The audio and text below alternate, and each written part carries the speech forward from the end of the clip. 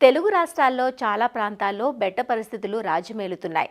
ప్రస్తుతం ఉన్న అధిక ఉష్ణోగ్రతలు, పొడి వాతావరణం పంటల సాగుకు పెను సవాలుగా మారాయి. పంటల్లో ఎదుగుదల లోపించడం, చీడపీడలు చుట్టుముట్టడం వంటి ప్రతికూలతలు రైతులను ఆందోళనకు గురిచేస్తున్నాయి. ముఖ్యంగా ఉత్తర తెలంగాణ మండలంలో సాగైన మొక్కజొన్న, ప్రత్తి, సోయా చిక్కుడు, పెసర పంటలను పలు రకాల చీడపీడలు ఆశించి నష్టం చేస్తున్నాయి. మొక్కజొన్నలో కత్తెర పురుగు, పేనుబంక, టర్సికం ఆకుమాడు తెగులు, ప్రత్తిలో రసం పీల్చే పురుగులు, సోయా చిక్కుడు, పెసర పంటల్లో పల్లాకు ఆకుముడత తెగుళ్ల నష్టం కనిపిస్తోంది. ప్రస్తుతం చీడపీడల నియంత్రణకు ఈ పంటల్లో చేపట్టాల్సిన సమగ్ర సస్యరక్షణ యాజమాన్యం తెలియజేస్తున్నారు జగిత్యాల జిల్లా తెలంగాణ రైతు విజ్ఞాన కేంద్రం కోఆర్డినేటర్ మరియు ప్రధాన శాస్త్రవేత్త డాక్టర్ ఏ విజయభాస్కర్.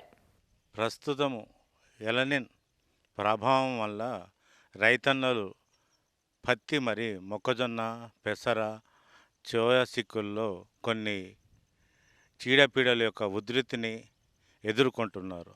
తక్కువ వర్షపాతం పడడము, సరైన సమయంలో నీటి అందకపోవడము, చీడపీడలే కాక పోషక లోపాలు కూడా కొన్ని పంటలలో గమనించాము. ప్రస్తుతము వరి తర్వాత ఎక్కువ విస్తీర్ణంలో మన మొక్కజొన్న పంట రైతన్నలు విత్తారు. ఈ శాఖీయ దశ నుంచి వివిధ దశలో ఉన్నది. మొక్కజొన్నలో కత్తెర పురుగు ఉధృతి ఇటు వానాకాలం మరియు యాసంగి సీజన్లో ఎక్కువ ఉధృతి పెరుగుతున్నది. కాబట్టి ఈ రైతన్నలు మొక్కజొన్న విత్తిన తర్వాత తొలి దశలోనే ముందస్తుగా వేప నూనెను 1 లీటర్ నీటిలో 5 మిల్లీలీటర్లు కలుపుకొని ఆకు సుడులలో ఆకు పైన కూడా పిచికారి చేయాలి. తర్వాత కత్తెర పురుగు ఆశించిన తర్వాత ఆకులపైన రైతన్నలు గుర్తించాలంటే పత్రహారతాన్ని గోకి తినడం వల్ల మొక్కజొన్న ఆకులు తెలుపు రంగులోకి మారిపోతాయి, చిన్న చిన్న రంధ్రాలు ఉంటాయి. ఇలాంటి లక్షణాలు కనపడిన వెంటనే రైతన్నలు మొక్కజొన్నకు కత్తెర పురుగు ఆశించని గుర్తించి 1 నుంచి 6 దశలలో లార్వా దశలో ఉన్నాయి. కాబట్టి మొదటి 1-2 దశలలో ఎస్పేటు 1.0 గ్రాములు 1 లీటర్ నీటిలో కలిపి ఆకు సుడుల్లో పిచికారి చేయాలి. 2 మరియు 3వ దశలో లార్వా దశలో వీటికి మనకు 1 లీటర్ నీటిలో 0.3 మిల్లీలీటర్ల క్లోరాంట్రిపుల్ లేదా ఇమామెక్టిన్ బెంజోయేట్ 0.4 గ్రాములను 1 లీటర్ నీటిలో కలిపి తప్పనిసరిగా ఆకులతో పాటు ఆకు సుడులలో మాత్రం మందు పడే విధంగా పిచికారి చేయాలి.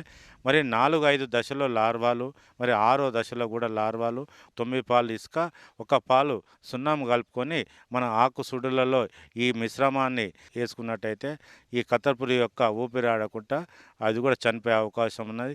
ఇవే కాకుండా 6వ దశలో లార్వాలు ఉన్నప్పుడు విషపేర గుళికలను తయారు చేసుకోవచ్చండి.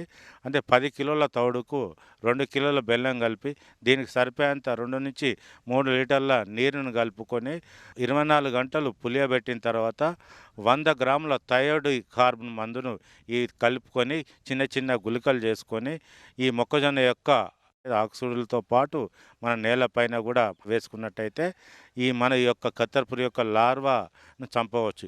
ఇవే కాకుండా స్పోడాప్టెరా పురుగిపేడ అనే లింగాకర్ష బుట్టలు, లింగాకర్ష లూర్ను అడల్ట్స్ను చంపవచ్చునండి, అందులో పడి తీసుకపోవచ్చు. ఇంకోటి ఇవే కాకుండా డెస్మోడియం అనే గడ్డిని కూడా మొక్కజొన్న చుట్టూ 4 వరుసలో వేసుకున్నట్టయితే ఈ కత్తెర పురుగు ఉధృతిని తగ్గించవచ్చును. ఇవే కాకుండా మొక్కజొన్నలో పేనుబంక కూడా కొంతవరకు నష్టం కలిగజేస్తున్నది. ఆకులపైన చిన్న చిన్న తల్లి పురుగులు కానీ పిల్ల పురుగులు కానీ ఆకులను తిని చిన్న తెలుపు రంగులో జిగురు లాంటి పదార్థం కూడా ఆకులపైన పెట్టిన ఉన్నదంటే ఇది పేనుబంక అని రైతులు గుర్తించవలెను. ఎస్పేట్ను 1 లీటర్ నీటికి 1.0 గ్రాములు కలుపుకొని పిచికారి చేసుకున్నట్టయితే ఈ పేనుబంకను తగ్గించుకోవచ్చును. ఇంకో ముఖ్యమైన పంట ప్రత్తి పంట. చాలామంది రైతులు ఈసారి పత్తి పంటను లేటుగా విత్తడం జరిగినది. వర్షపాతం తక్కువ ఉన్నది కాబట్టి బెట్ట వాతావరణము, ఉష్ణోగ్రత పెరగడం వల్ల రసం పీల్చే పురుగులను పేనుబంక, తామర పురుగు, అదేవిధంగా తెల్లదోమ, పిండి నల్లి ఇలాంటివి గుర్తించాము.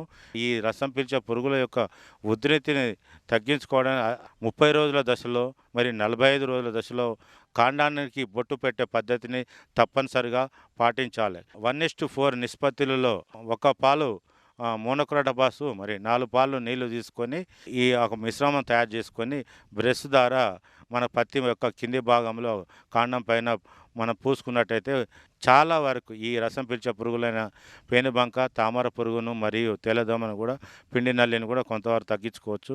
ఒకవేళ రైతులు కాండానికి బొట్టు పెట్టే పద్ధతి మర్చిపోయినప్పుడు అప్పుడు మనకు ఈ రసం పీల్చే పురుగుల యొక్క ఉధృతి తగ్గించుకోవాలంటే పేనుబంకకు 1 గ్రాముకు ఎస్పేట్ని తీసుకొని 1 లీటర్ నీళ్ళు కలుపుకొని పిచికారి చేసుకున్నట్టయితే పేనుబంకం తగ్గించుకోవచ్చును.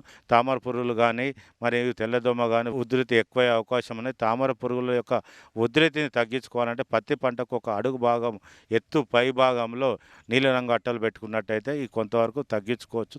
పిప్రోనిల్ 2 మిల్లీలీటర్లు లేదా ఎస్టామిప్రిడ్ 0.2 గ్రాములను కూడా పత్తి పంటలో పిచికారి చేసుకున్నట్టయితే ఈ తామర పురుగుల ఉధృతిని తగ్గించవచ్చు.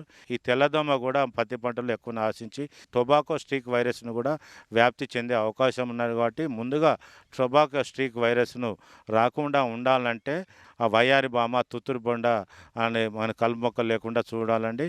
తెల్లదోమను తగ్గించుకోవడానికి స్పైరోమెస్పెన్ 1 మిల్లీలీటర్లు 1 లీటర్ నీటిలో కలుపుకొని లేదా థయోమిథాక్సిమ్ 0.2 గ్రాములను కలుపుకొని పిచికారి చేయాలి. ఈ మన తెల్లదోమ యొక్క ఉధృతిని తగ్గించుకోవాలంటే సుమారు 15-20 వరకు కూడా ఈ జిగురు పూసిన పసుపు రంగు అట్టలను కూడా పత్తి పంటకు 1 అడుగు పై భాగంలో పెట్టుకున్నట్టయితే ఈ మనకు తెల్లదోమ ఉధృతిని తగ్గించుకోవచ్చును.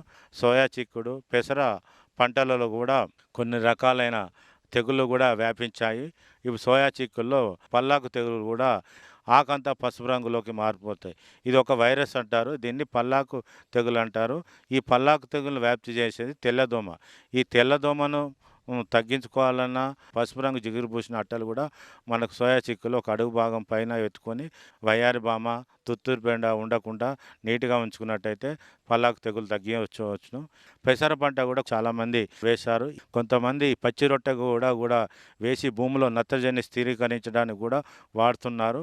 అలా చేయని రైతులు పెసర పంటలో కొంతవరకు మేము పల్లాకు తెగులు గుర్తించాము, ఆకు ముడత కూడా గుర్తించాము. ఈ 2 కూడా తెగుళ్ళు మన పెసర పంటలో మనకు రసం పీల్చే తామర పురుగు, తెల్లదోమ వల్ల వ్యాప్తి చెందుతాయి. కాబట్టి వైరస్ తెగులను తట్టుకునే రకాలు కూడా WGG 42, MGG 351, 347 ఇలాంటి రకాలు కూడా మనం ఎన్నుకొని విత్తనాలు విత్తుకున్నట్టయితే కొంతవరకు ఈ పల్లాకు తెగులు సమస్యను తగ్గించుకొని రైతులు అధిక దిగుబడి పొందవచ్చు. తొలి దశలోనే ఆకులు పసుపు రంగులో మారినప్పుడు వేప నూనెను కూడా 1 లీటర్ నీటిలో 5 మిల్లీలీటర్ల కలుపుకొని పిచికారీ చేసుకున్నట్టయితే తగ్గించుకోవచ్చు. స్పైరోమెస్పెన్ కానీ ఎస్టామిప్రిడ్ 0.2 గ్రాములు కానీ మందులను మార్చి పిచికారీ చేసుకున్నట్టయితే ఈ పెసర పంటలో పల్లాకు తెగులు, ఆకుముడత తెగులను కూడా తగ్గించి అధిక దిగుబడిని పొందవచ్చునండి. ఇప్పుడు ఎల్‌నినో పరిస్థితుల ప్రభావం వల్ల నీటిని రక్షించుకొని అంటే బిందు సేద్యం ద్వారా కానీ స్ప్రింక్లర్ల ద్వారా కానీ ఈ విధంగా మనకు అనుకూలంగా ఈ వివిధ పంటలకు విచ్చుకొని ఈ వానాకాలంలో ఎక్కువ దిగుబడి పొందాలని కోరుతుంటాను.